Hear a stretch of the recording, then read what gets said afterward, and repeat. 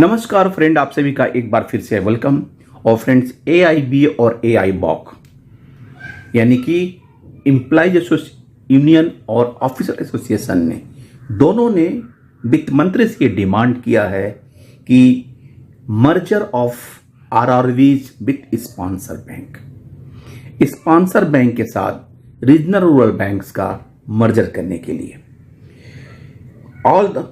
All India Bank Officers Confederation and All India Bank Employees Association, representing the collective voice of the more than 6 lakh bank employees, like to bring to your kind attention our demand for merger of regional rural bank with their respective sponsor bank for ensuring overall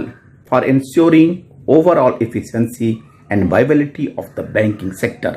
The grounds of our demand are set out herein below. ये पत्र AIB और IBOC ने jointly वित्त मंत्री को 27 जून को लिखा।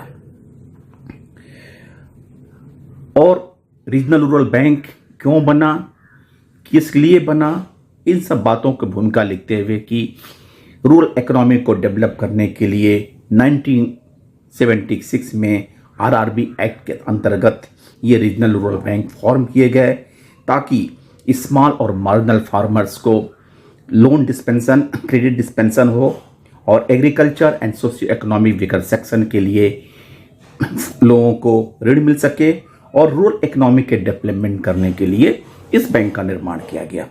और इस समय प्रेजेंट में 43 RRB बैंक हैं, 12 schedule commercial bank with the 22,000 branches with operation of extending to 30 crore deposits account approximate and 3 crore loan accounts covering 702 districts. All the public sector bank except Punjab and Sindh Bank sponsored one or more RRB. Jammu and Kashmir Banks is the only private sector bank to sponsor an RRB. 92% of the RRB branches are located in rural and the semi-urban area. फिर the financial year 2020 and 22 was a watershed year in the context of RRBs. A government of India decided to infuse rupees 10,890 crores with 50% sharing by the government of India, 35% from the sponsor bank and the 15% from the state government. This is in sharp contrast to the total capital infusion by all stakeholders of rupees 8,393 crores over a period of 45 years. However, the infusion of capital by the government remains inadequate for the such RRBs numbering around 16 whose CRAR are either negative or lower than the mandatory 9%. The need for maintaining a healthy CRAR will be further accentuated with the projected increasing credit flow to the rural sector. The major challenge for the improving operational efficiency of RRB stems from the fact that the RRB is under the dual control of NABARD and its sponsor bank. While the day-to-day operational management of the RRBs are being looked after by senior executive from the sponsors bank, who are otherwise acclimatized to work under the regulatory framework of RBI and DFS. DFS failed to deliver their best in a different regulatory frame. It is imperative that for ensuing desired level of the operational efficiency, is duality of control over the RRB should end and they should be brought under the operational and the regulatory framework as being practiced by the sponsor bank, and the same can be ensured by the merger of these two entities. The RRB are asked to upgrade their technological platform to their higher version as the prevailing in the sponsored bank. The work of the technological upgradation is underway in all 43 RRBs.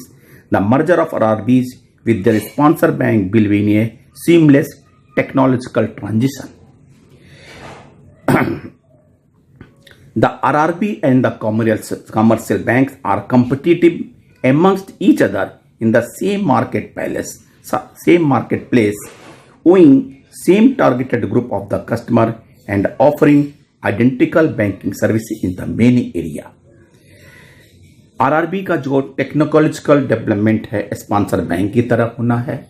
आपस में competition होता है RRB और sponsoring bank में same target group के लिए। इन सब बातों को ध्यान में रखते हुए और चूंकि नाबार्ड और आरबीआई के आरआरबी के का कंट्रोल रेगुलेटरी होता है, इन सब बातों को ध्यान में रखते हुए ये डिसाइड करना उचित होगा कि इनका मर्जर किया जाए। The merger of the RRB with their sponsor bank will update the skill of RRB employees to modern banking practices and effectively address the issue of the staff shortage in both RRBs and the sponsored bank. Such integration in HR will also be seamless as the salary structure of the other prerequisites employed by the officer and employees of RRBs are broadly same, and they are also exposed to the work culture of their respective sponsor bank for all the operational support extended over the last 45 years. The multifarious advantage that flow from the merger of RRBs and their sponsor bank makes us unequivocal in placing our demand for a complete merger of 43 RRBs, which will ensure complete transformation of the rural economy by combining the financial strength the sponsor bank with the rural outreach of the RRBs, arresting the trend of the declining growth in CASA deposits and more efficient credit delivery system for the benefit of the entire rural population.